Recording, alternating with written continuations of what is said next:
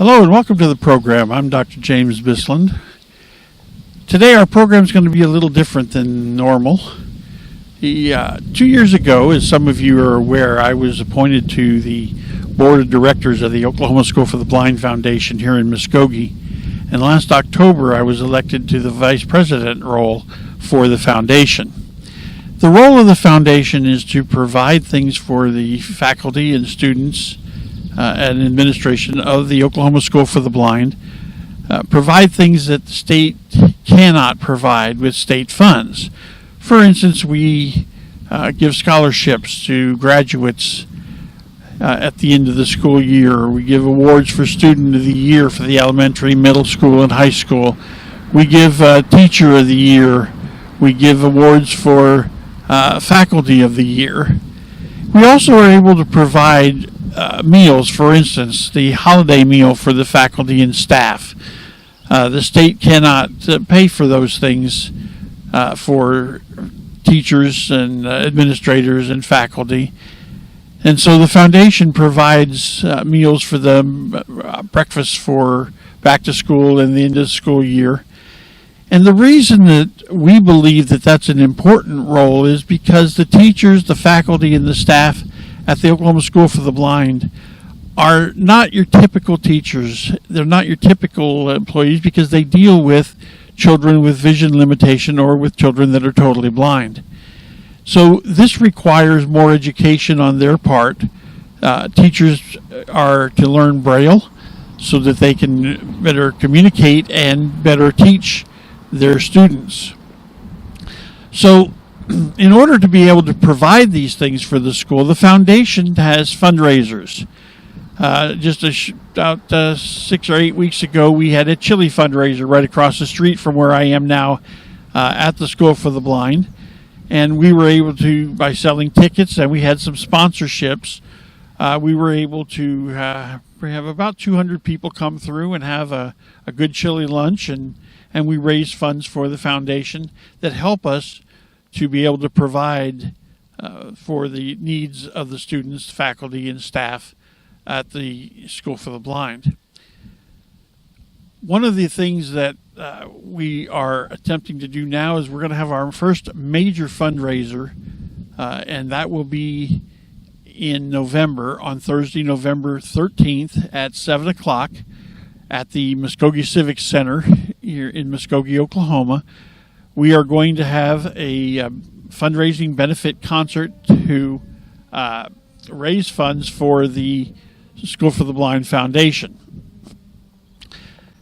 In doing so, we are going to be asking businesses around the Muskogee area as well as the Tulsa area and other areas, because the School for the Blind actually reaches children and works with children all over the state of Oklahoma. So we're not just limiting ourselves to this area, but this is where most of us live and work. And so we are going to kind of more focused on local businesses here and in the Tulsa area. On November 13th, as I said, at the Muskogee Civic Center, we are going to have a benefit concert, and our headliner is a multi-award winning 80s, 90s country band called Ricochet. Ricochet has won many awards. Their music has been in the top 10 in the country music charts. And so today we're going to be talking with the founder and lead singer for Ricochet. His name is Heath Wright. And we're going to have other artists opening, but we don't have contracts as of today's date yet, so we can't basically announce names on those until we do. Another thing I wanted to say about sponsorship, and that is that we have different levels of the ability to sponsor this event.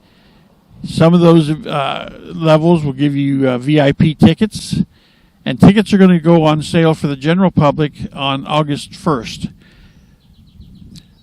To be a sponsor, you can go to the foundation webpage, and that is on the screen.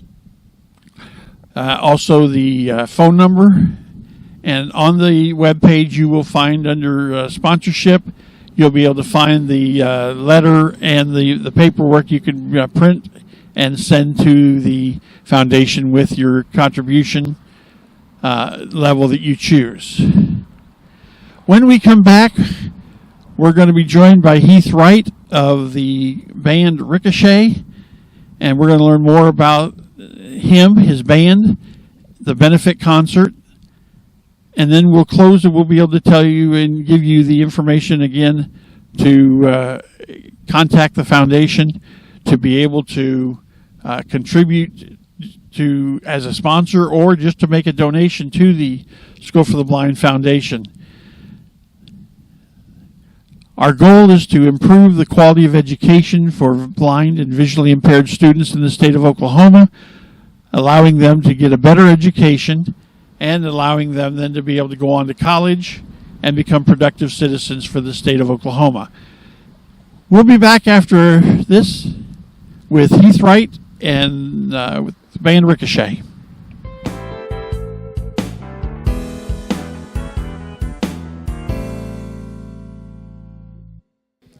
All right, welcome back. We're in Muskogee, Oklahoma, and we've changed locations. We're at Watson's Chop House now on 3rd Street in Muskogee. Give them a little plug because they had a great lunch today, and if you are in Muskogee and want a good place, it's a good place to come. On our program today, we're talking about the Oklahoma School for the Blind Foundation and the benefit concert that we have coming up here in Muskogee on Thursday night, November 13th at 7 p.m. at the Muskogee Civic Center.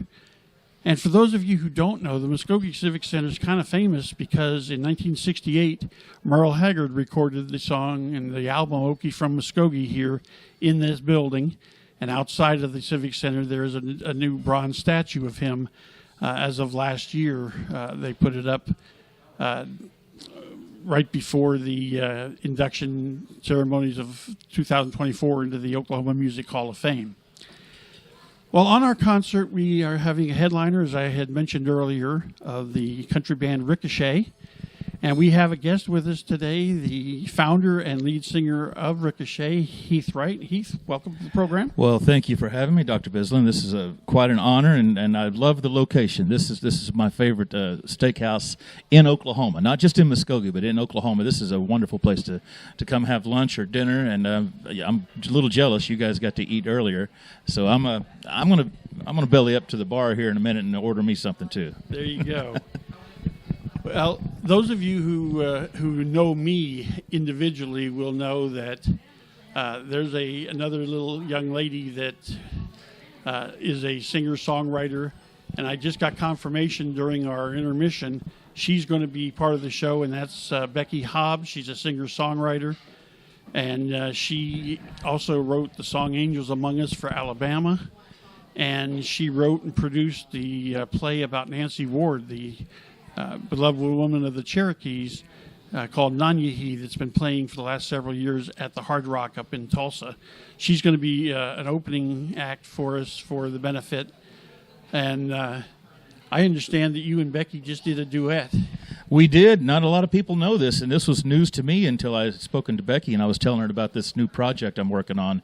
I'm doing an all Okie project, and I'm excited about it because back in February of 2024, the Oklahoma Music Hall of Fame saw fit to induct Ricochet into the hall, and such an honor. And I'd had this idea years ago about there's so much talent out of Oklahoma, and I always thought that there should be a project where it was nothing. The cast was nothing but Okies. And when I say the cast, I'm talking about the songwriters. Almost every song I've recorded on this project so far was written by Oklahoma songwriter. And if it wasn't an Oklahoma songwriter that wrote the song, then the song is about the state of Oklahoma. And I'm using nothing but an Oklahoma-based band. I'm not even using all of Ricochet. I've used a couple of members of Ricochet, the ones that are from Oklahoma. Like I said, that's the first criteria is you have to be an Okie to be able to be on this project. Well, I just found out that Becky Hobbs, I knew she was an Okie many, many years ago. I did not realize that she was the reason God made Oklahoma. She apparently, she and Larry Collins, the co-writer of that song, were dating back in the 70s, and he wrote this song, and Becky tells me that when he first started writing it, he actually wrote it as "You're the reason I left Oklahoma." And then when he hooked up with the other co-writer, a guy named he's part of Pinkerton Bowden, Sandy Pinkert. When he hooked up with him, Sandy said, "Let's change that to 'You're the reason God made Oklahoma.' Make it a love song." So they wrote it to the wall, and it's become a country classic. And I actually got to record a duet of that song with the woman it was written about, Miss Becky Hobbs. That's amazing. It's very cool. So tell us a little bit about the beginning of Ricochet. When it started, how it started. All right. Well, I had moved to Nashville in May of '93 to join a band called Lariat, and not my fault, but Lariat fell apart a month later. I like to tell people this. I had nothing to do with that. It was just the circumstances, and so we had to rebuild the band from the ground up. And as we were rebuilding, we also realized we needed a new name, because it's a long story, but let's just suffice it to say the old manager of Lariat had rights to the name Lariat, so we couldn't continue calling ourselves Lariat. Our new manager owned a nightclub in Columbia, Missouri called the Silver Bullet. Well, he wanted to call us the Silver Bullet Band. And I'm like, "Steve, you're an idiot. We can't do that, because Bob Seger's been using that name for 30 years now with his band." So he says, "Oh, all right, we'll come up with something about it." So it needs to be one word, like Alabama, exile, something like that. And his wife came up with the band name Ricochet, and I'm like, I like that. One word, 3 syllables. People can remember it. It looks cool on the sign out front. The Silver Bullet presents Ricochet. And then I realized that not everybody can spell Ricochet. There was a time when Shenandoah broke up, and they weren't on the country music scene anymore. We were the most misspelled band in country music. It's a true story. I believe that. So you formed the band, and that was when? I started putting the band together in 1993, and I got my last member chosen, which was our steel player at the time, Teddy Carr, in February of '94, I believe. So it took us about 6 or 8 months just to find the right mix of musicians. I knew I had what I had in mind. I wanted every musician in the band to play at least one instrument, preferably more than one. And I wanted everybody in the band to be a vocalist, because I love vocal bands. I grew up listening to the Eagles and Restless Heart and Alabama and Exile, some of those bands that I just mentioned. I just love that big vocal sound, and so I wanted everybody to be a singer. And I almost achieved that. Teddy Carr was our steel player, the last member chosen. He was the only one that didn't sing, and it didn't matter, because all other 5 guys in the band, they were vocalists. So we had our vocal blend set at that time, and I knew I wanted a steel guitar in the band, so we brought Teddy on, and it's been a whirlwind ever since. 1993 seems like a long time ago, but sometimes it seems like a long time ago, and sometimes it seems like just a couple of weeks ago, because I still keep in touch with most of the guys in the old band, and I still hang out with. Well, definitely one of them is also an Okie, my buddy Greg Cook. Every now and then, he still lives in Tennessee, but when he comes back home to Oklahoma for the holidays, we get together for dinner and just kind of hang out and talk about the old days. So you recorded the very first song that was released to country radio. Tell us about that first song. Well, it's funny you would mention that. The first single to country radio from Ricochet was a song called "What Do I Know?" It was a tune that was written by Kathy Majeski, Sonny Russ, and Stephanie Smith. And this is the 30-year anniversary of What Do I Know? It was released in November of 1995, if I'm not mistaken. And here we are, 2025, 30 years later, and we're celebrating 30 years. We're re-releasing What Do I Know to country radio. So it's a brand new recording. I decided here recently, we decided to go in the recording studio and re-record 6 of our old hits. And we were going to put those out, one single at a time. And then we realized, why not just release the whole project? And then we got to thinking, it's been about 15 years since anybody's heard anything new from us. So let's find some new songs and record those. So we also recorded 10 brand new songs. 16-song project. It's called Ricochet Then and Now, The Hits and More.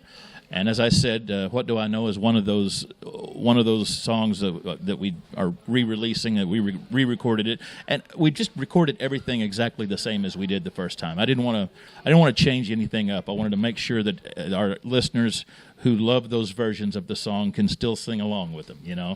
I don't know about you, but I love country music. I'm a country music fan as much as I'm a country music artist. I was a fan before I was an artist. And so when I go see somebody that I love and want to sing along with the music, you can always tell if that artist has gotten a little bit tired of his own music, because he'll start changing things, changing the phrasing, or changing the melody in certain places. And I don't know this new version. I can't sing along with that.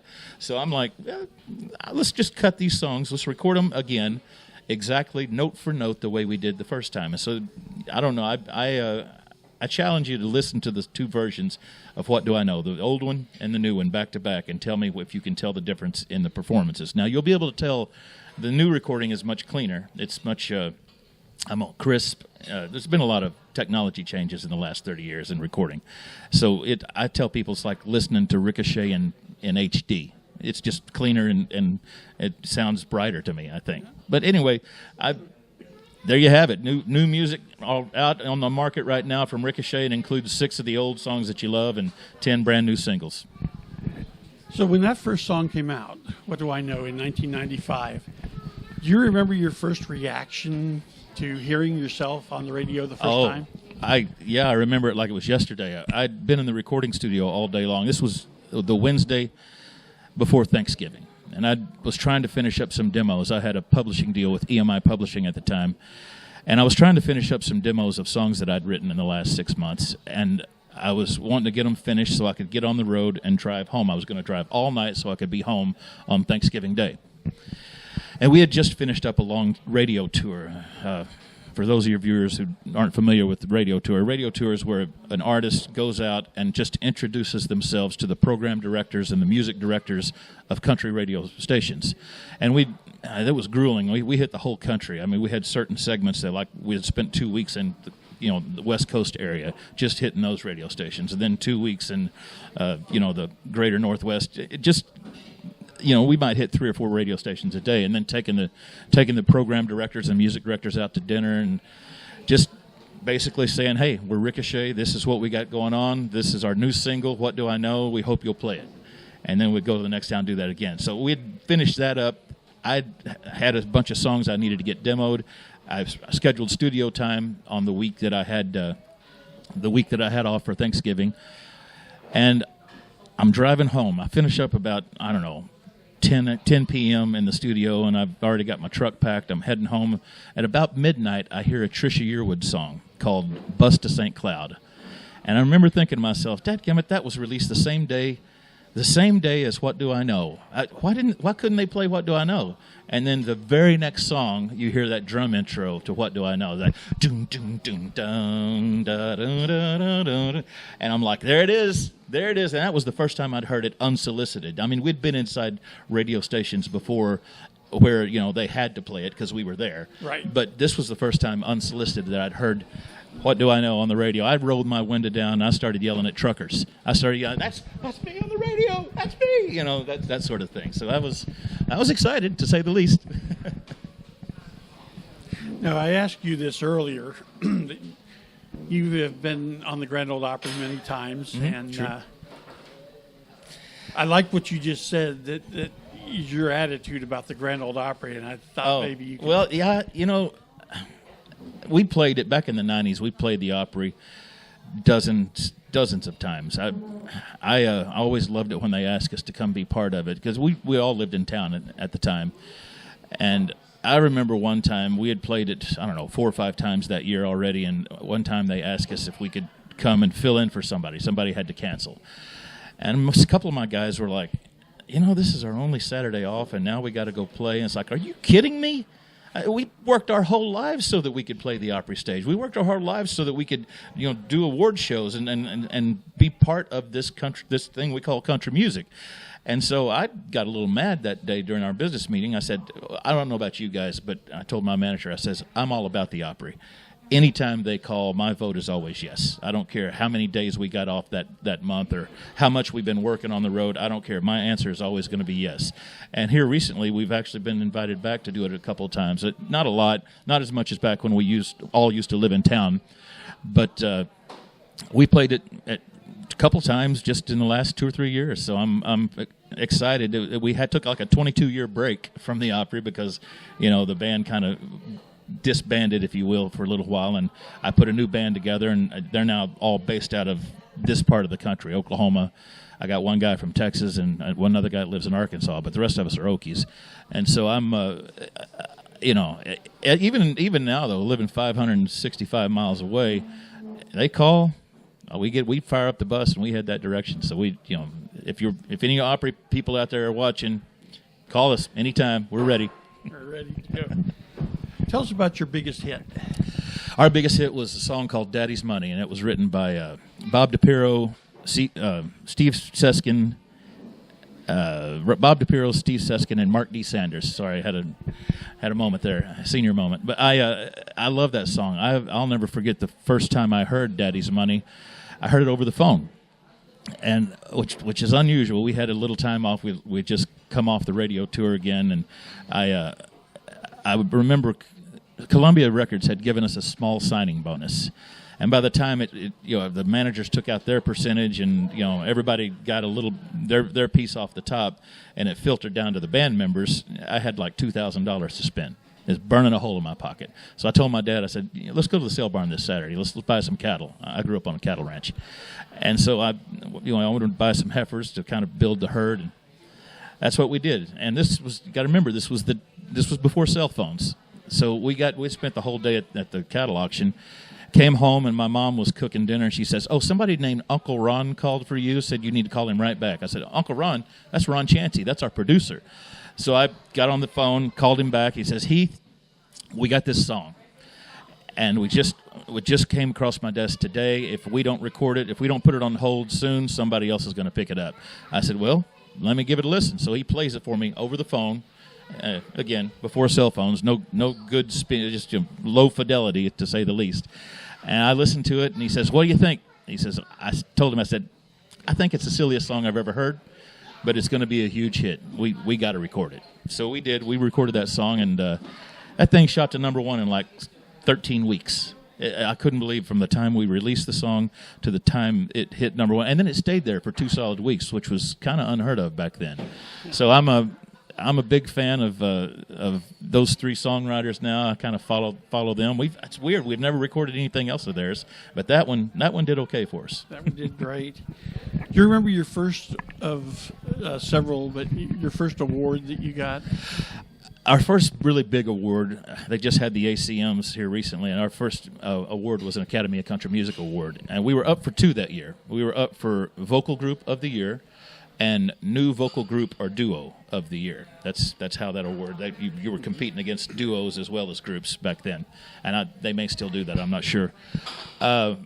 We'd lost the Vocal Group Award to Sawyer Brown, and that was fine because it was our first year out. But we really wanted that vocal group or duo, the new vocal group or duo award. And when they called our name, I was overwhelmed. I think I remember saying something like, "I want to thank my mom and dad for never asking me to get a real job." Who knows? I probably stole that line from somebody else's awards acceptance speech. But it was such. I still have it on my mantle today, and it's I every now and then I'll take it down and dust it off and just reminisce. That was for the year 1996. The award show was in 97, but it was for the year 1996. New vocal group or duo. Well, we have a promotional video we're going to play real quick here and give you a little bit more of the polished version of a lot of the stories that we're talking about, and we'll be right back. The award-winning recording artist, Ricochet! Since 1996, the members of Ricochet have been making their distinctive brand of country music. They've logged thousands of miles along the way and earned the title of the hardest working band in country music. Hey, what do I know? I'm just Ricochet's debut single, What Do I Know, was the highest charting debut single of the year and rose to number 3 on the charts.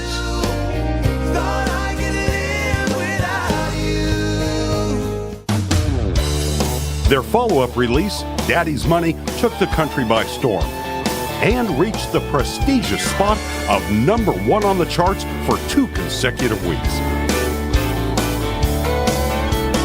Can't concentrate on the preacher preaching, my attention span done turned off.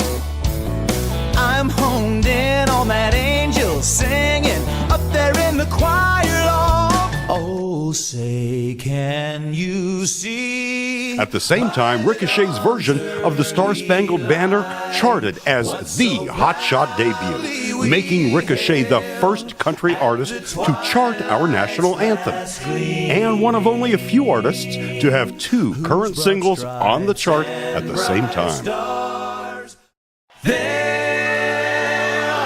Ricochet has also had the privilege of headlining 2 USO tours, taking them literally around the world, performing for the great men and women of our armed services.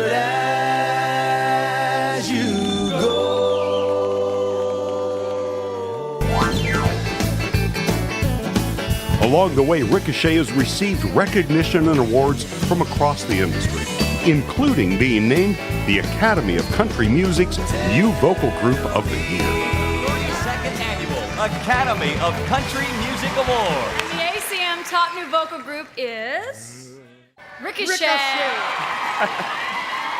Oh, thank you so much. And I say, sweet tea. Now, 20 years later, the hardest working band in country music is still going strong. That sweet tea. The band continues to create great country music, sung with the distinctive harmonies that are their hallmark. They continue to tour far and wide, thrilling audiences of all ages across the United States and abroad.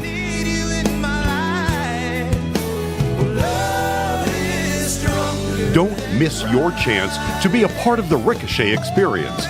Go to www.ricochetonline.com for more information about music, merchandise, and where you can see Ricochet in person.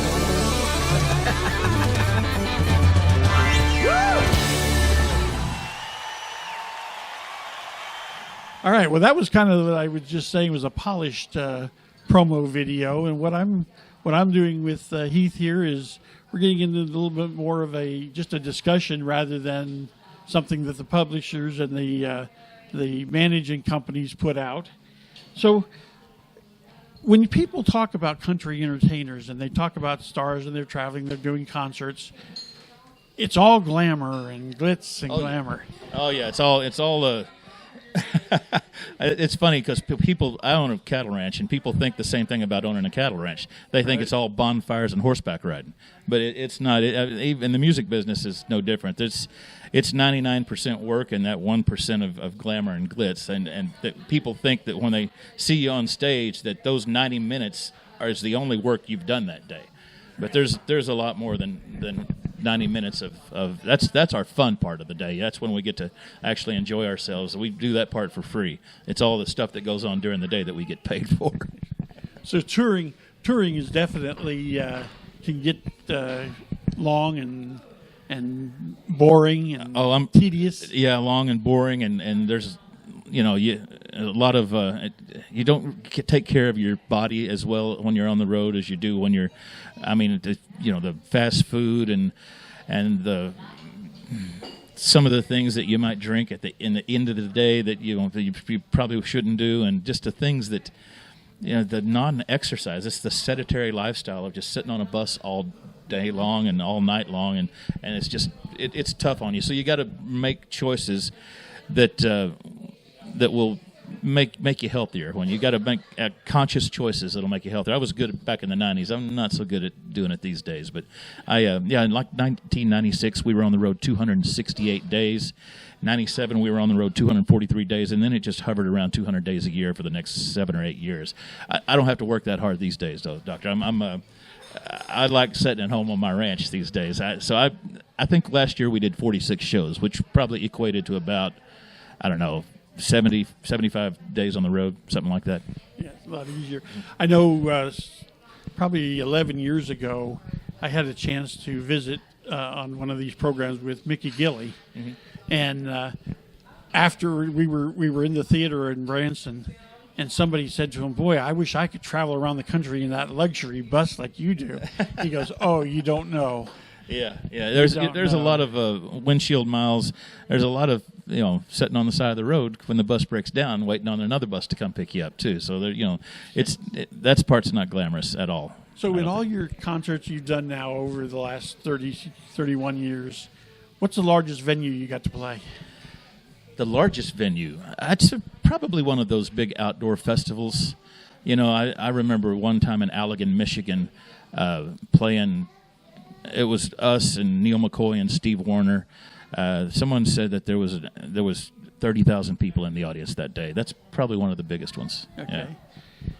And who is the largest or the biggest star you've had the opportunity to share the stage with, other than the Opry? Well, that show that I just mentioned in Allegan, that was Steve Warner. I'm a huge Steve Warner fan. Love his music. Love his guitar playing. Nicest guy in the world. Truly a nice guy. And that day Steve came up to me. He and I had been friends for a while, and we'd even written a few songs together. He says, "Heath, are you going to be around for my show, or you got to head out?" And I said, "Oh, we're definitely staying for your show. I don't know if we'll get to be here all day. But we do have a show tomorrow night. I think in Colorado, So Allegan, Michigan, 30,000 people there. Steve Warner steps up to the mic and says, I'm going to do a song that I recorded with Diamond Rio and Leroy Parnell. We called ourselves Jed Zeppelin for a Merle Haggard tribute album. Now, Diamond Rio and Leroy are not here today, but we got Heath Wright from Ricochet over here. He said, come on. So he invites me on stage. And I look at the steel player who's got a guitar sitting behind him. I said, "You mind if I play your guitar?" He says, "Yeah, but I can't play both at the same time." So I said, "That's all right. I'm just gonna hold it just as a security blanket, right?" And then Steve says, "Oh, no, you're not. No, you're going to play it." So Steve Warner takes his own guitar off his neck and hands it to me so I can play a solo. And so we do Working Man Blues. And I'm so flustered at this point, I forget what the lyric is to the second verse. I've sung this song my whole life and couldn't remember the lyric. And so he had to feed me the lyric. And then it came time to do a solo. I did my solo, gave the guitar back to Steve, and then I look around the stage, and all the guys in my band are on stage. Half the guys in Neil McCoy's band are on stage. They all invited themselves up on the stage because everybody wanted to play with Steve. Every musician in Nashville, or anywhere for that matter, respects the genius that is Steve Warner. And so when I tell the story, I like to remind everybody that I'm the one he invited. I'm the only one that was invited. Everybody else invited themselves on stage, all right? There's old Heath here that got the invitation. Sounds like fun. It was fun. Man, It was fun. I called my mom and dad and told them, I said, again, before cell phones, so as soon as we stopped for fuel, I went to a payphone and called them up and said, "You're not going to believe what just happened to me." So it was very cool. Do we need to remind some of our audience what a payphone is? Probably. So, I don't know. It depends on the demographic of your audience. I'm not sure, brother. I don't know. Probably not, but I'm sure they know. So you're going to headline for us on November 13th at the Civic Center here for the School for the Blind Foundation. True. And we want to thank you for all your help in putting this together. We are certainly amateurs, and this is going to be a lot of fun. It's a lot of work, but it's going to be a lot of fun. So we are looking forward to seeing you. It's been over a year. That's too long. And that 90 minutes was 90 minutes of some of the best music I've heard, and I've been around music my whole life. Thank you so much. It really was amazing, and we walked out of that Civic Center going, "Man, we got to find out where these guys play more because we got to see them." Well, we don't play around here very often, which is a shame. I mean, I make my living on the road, but I'm really looking forward to this November 13th show for the School for the Blind. We were talking off camera earlier, and a couple of girls from my hometown, the Sumter sisters, were actually students there at the Oklahoma Correct. School for the Blind. I'm just so happy to get to be a part of this wonderful foundation and wonderful school. I'm speechless, which doesn't happen a lot, but I'm very honored that you would ask us to be part of this. Well, we appreciate you doing it. And on the screen now, you will see the webpage for the Oklahoma School for the Blind Foundation. Then on there, we will also have the sponsor sheets for any of the businesses that would like to help sponsor this concert.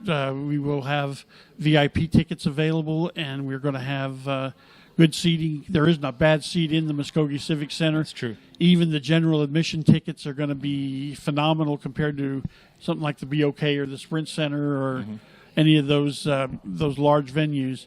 So please consider coming to see the show. If you've never seen Ricochet, you're in for a treat. If you've never seen Becky Hobbs, you're in for a treat. And I have a feeling that we're going to hear "You're the Reason God Made Oklahoma." You know we are. I got to tell you, the Muskogee Civic Center, as you said, there's not a bad seat in the house. My first concert that I ever was a member of the audience was at the Muskogee Civic Center, and I don't really remember it because I was 2 years old. It was by the way, I got to correct you on one thing. It was 1969 when Haggard recorded his 69 October 18th or 19th, 1969. And I was 2 years old, and I know for a fact that Mom and Dad were sitting up in the nosebleed sections because if they're too cheap to get a babysitter, then they were too cheap to spend the extra 50 cents to sit on the floor. So, but I'm told that was my very first concert. It was Merle Haggard the night he recorded the live version of Okie from Muskogee. Yes. Did you fall asleep? Yeah, I'm telling you, I'm every time I step foot in the Civic Center, I just get that feeling of I'm on hallowed ground. You know what I mean? It's much like playing the Grand Ole Opera when you step onto that sacred circle in the middle of the stage. It just to me it feels the same way. Yeah. Well, and that's kind of how I felt the several times that I have been able to go to the Civic Center here in the last few years. Mm-hmm. But we are going to have the concert, and everything is coming along. We are going to start selling tickets about August 1st is what they're telling me now. And it's going to be a great show for a great cause. As I said, the purpose of the foundation is we want to help to the teachers, the staff, the faculty of the School for the Blind to better educate blind and visually impaired students and help them become very productive parts of society. And this is our calling. The members of the board of the foundation, we're all passionate about the school. We're all passionate about helping the kids. And if you've ever been to the School for the Blind and been around the kids, your heart will go out to every one of them. They're all just incredible. And it's a passion for us to do it. And we really appreciate you working with us to make this happen. My pleasure, brother. Thank you so much, Doctor. All right. Thank you all. And if you have any questions, the phone number for the foundation's on there on the screen. Our webpage is on there. Our Facebook page is going to be active. Come join us. If you're a business, come sponsor the show. Make it happen. Make it easier and make it better. Thank you all for joining us.